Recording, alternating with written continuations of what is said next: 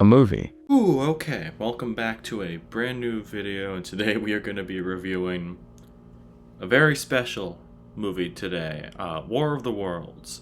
This is a new adaptation of, the classic H.G. Wells story. If you don't know, War of the Worlds is a very famous radio play. Orson Welles did it. If in terms of movies, you've gotten Steven Spielberg's adaptation of it with Tom Cruise, my personal favorite adaptation of it. That's just a personal thing. It's gotten countless shows and other adaptations over the years. If you don't know the War of the Worlds story, like, that's like a huge blind spot. It is very famous. And now what we have here is we have a new adaptation that kind of came out of the blue. It went on Amazon Prime. It's just exclusive to there. And how I heard about it was it came out this past Friday, August 1st, I'm pretty sure. Or at least on the 30th. Or like it came out last week. But then I saw some clips of it. I didn't even know about it. And I kind of had to watch this for my psyche. I had to watch this because if you do not know me, if this is the first video you're seeing of me on this, whether or not it's on my old channel or it's on this channel, I love bad movies. The more I hear about a movie being that bad, my mind will think about it and I will go towards that more. And knowing that this is potentially very great in that regard, I had to lock in and watch this. So this is a new take on, basically a modernization of the War of the Worlds story, where I meant to look up the producer's name of this. I'm trying to think of the guy's name. Sorry, I don't know why I paused like that, but this movie is in the genre or subgenre of movie that is called screen life. I don't know why I completely just zoned out there. I had to look up a name real quick. But screen life is that kind of movie where it's entirely set on a computer screen. The movie Searching with John Cho or Missing with Storm Reed. There's also a horror movie called Unfriended, which I know was kind of big a while ago. It had a sequel, but it's that kind of movie. Pretty much the entire idea was being set up and being produced by a man named Timur Bekmambetov. I had to look up that name. That's what I was looking up. But on top of that, he's been a pretty famous director. I think for a while he had some things. He directed the movie Wanted with James McAvoy and Angelina Jolie. I think that's a pretty cool movie. He's also directed Abraham Lincoln Vampire Hunter. And he is also the main producer behind these Screen Life movies. I'm not saying that he originated the idea, but the at least the ones that we know about, especially the past three that I mentioned, they were all produced by him. And now we have this, but with War of the Worlds, which is certainly interesting, to say the least. And do you know why I paused for a little bit there earlier? I think my brain, not only on top of, trying to look up this guy's name that I could not remember, I think this, without exaggeration, I think this is one of the worst movies I've ever seen. And that's not going to be an unpopular take. I've already seen a lot of things online about people saying the same thing. I think this is gonna go down as one of the worst movies of this decade, maybe ever. I think we're gonna look at this and just go, what happened with that? And right when I looked up when this was filmed, the writing was on the wall for me, because this movie was shot in 2020 in the heat, in the midst of the COVID pandemic, and I think this movie is a Screen Life movie because they couldn't film anything. And this is the first movie that I'm thinking of where no one's really acting either. It's very strange. Ice Cube is in this. He's our main character. We're looking at his computer basically, and he's like a member of Homeland Security, and because he has all the government access, he's basically God. Plain and simple. He's probably the one that is closest to, acting in this movie, but it is basically his job to figure out what is going on with this War of the Worlds, which they say in the movie, they call it a War of the Worlds, and one of the funniest and also most life-draining moments of that movie when they say the name of the movie. I feel like this movie's broken my brain, but I need to process why this is so bad. And again, it feels like all the time everybody in this is looking at their script while they're filming, and that's the take that they used. Because Ice Cube is probably reading the script, but like, out of all of the actors in this, or at this point, actors, it's rough. It feels like he's the one that is trying the most, which is not saying much, but he's emotive sometimes. Because, you can see at some points where, like, you're looking and you're seeing the destruction of all these different cities and all this stuff. And he's looking at it like he saw, like, a YouTube short of, like, a kid falling off a ladder. What else do you want me to do? It's like he's scrolling through YouTube. And that's not even to say with, like, the other actors. There are prominent names in this. Unfortunately, the only two that I can remember off the top of my head are Eva Longoria and Clark Gregg. What's he doing here, man? And they're literally just reading off the script. I would put real money on the line that they're just reading off the script, because this was shot during COVID. Right off the bat. Take away all of the aspects of the film. Even if it's good, it might be. You're telling me that there was a movie on the shelf for 5 years, not written off as a tax write-off or anything, just not knowing what to do with it, and then the week of release, apparently, that's when you put out the very first trailer.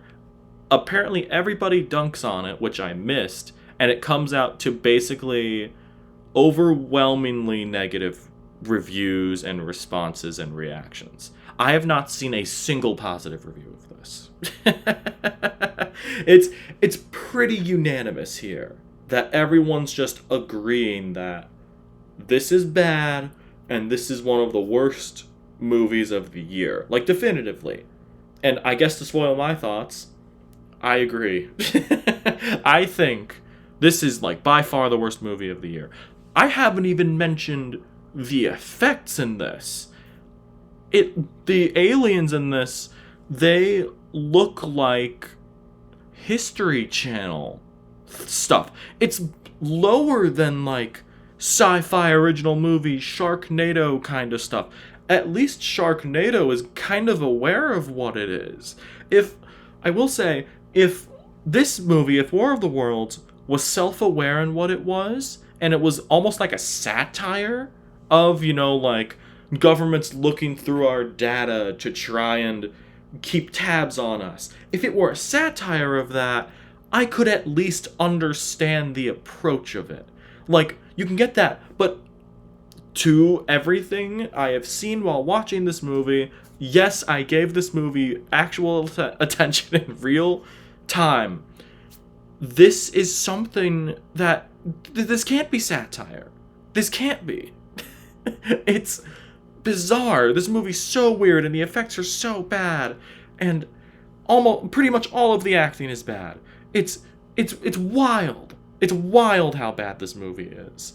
And, like, even the tagline for this, man, it writes itself, because the main tagline of this movie that I've seen everywhere is, "It's worse than you think," which I don't know if that... I don't know if that's intentional, But I have to think so.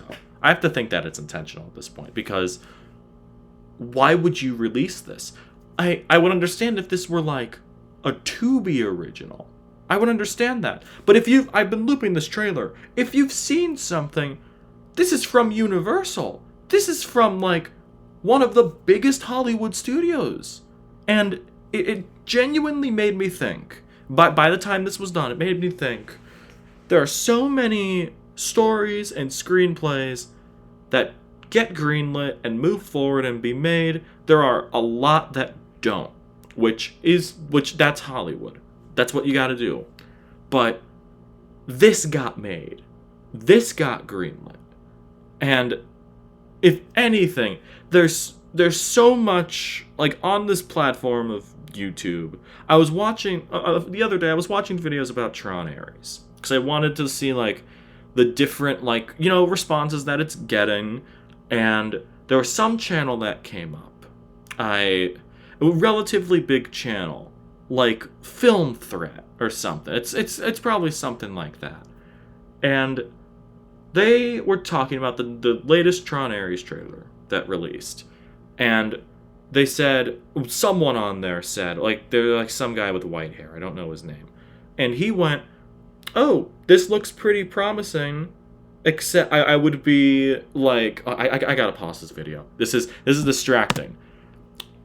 He would say something like, this looks pretty promising, but I'm worried that Disney is involved in this, which, okay, that's something else. Like, I'm not trying to be the guy who defends the multi-billion-dollar corporation over here, but it shouldn't matter if a studio is putting out a movie if you end up liking that movie. like it shouldn't. If you're reviewing movies, which I'm sure this channel does, I've only seen that one video, but I'm sure this channel reviews movies, and like, relatively big channel, you're probably a movie critic, or at least you're aspiring to be one. Jesus, why is this on a tangent? I'm gonna finish this tangent, but this is leading to something. And another person on there who's like with him saying like, hey, why? I was with it until I realized there's an Asian person in it. I was like, what the fuck are you talking about? Are you fucking stupid? Are you actually fucking stupid? Oh my god, it turned into one of these rants. Holy shit. Ooh. See, you see what this does? This is all wrapping around to be that this shouldn't be agenda driven, right? You are going to the movies. You can have concerns about a movie. I mean, like, I'm concerned about Tron Ares. I think it looks good. I think Jared Leto being in it is a little red flag, but for the most part, it looks pretty solid. But now, the point I'm trying to make with this is, if you think that this is, that like, I don't know, I'm trying to think now. If you think something like a movie that I didn't enjoy 28 years later is the worst movie of the year, if you think something like that, or like a bigger budget movie is, I guess the one example is, I saw a lot of people say when The Marvels came out a few years ago that was the worst movie of the year. Open your horizons. Open your mind, because we are getting movies like War of the Worlds, a movie that is, I guess we can say that's objectively bad. Like, this is, I don't like talking like that with this stuff, but it is abundantly clear here that, I gotta keep switching tabs on this thing, goddamn. It is abundantly clear here that this is not a movie. Like, it's not a movie in the same way that, like, a music video could be considered a movie, you know? This is not a movie at its fundamental layer. Like at its core. Even if a Screen Life War of the Worlds thing could work, the approach they made with this, the approach that the director made, the writer made, all of the different actors, I'm not even sure if this was written, if I'm being honest. It's tough. man. And again, it just made me think, there are so many movies that go made unmade. And just, ugh. Oh, I wish I could say that that was staged, but I have like a pounding headache right now thinking about this movie. And yeah, you saw me go on that tangent earlier. You saw me do all of this stuff, and I got nothing to lose. I have nothing to lose to talk about this. I am on a YouTube channel with 40 odd subscribers talking about how this is one of feels like a wake-up call to all of like the other YouTube channels out there that are pretty much grifting at this point. Talk about this. Just talk about that, and I'm not a political thing. I'm like a political YouTuber. I don't aspire to be that. But watch this, and your outlook on what bad movies can be will change. I promise. War of the Worlds, this is an F. This is this is bad, man. Ooh, I'm gonna stop because I'm gonna have a heart attack. I'm gonna have a heart attack. That is the end of the video.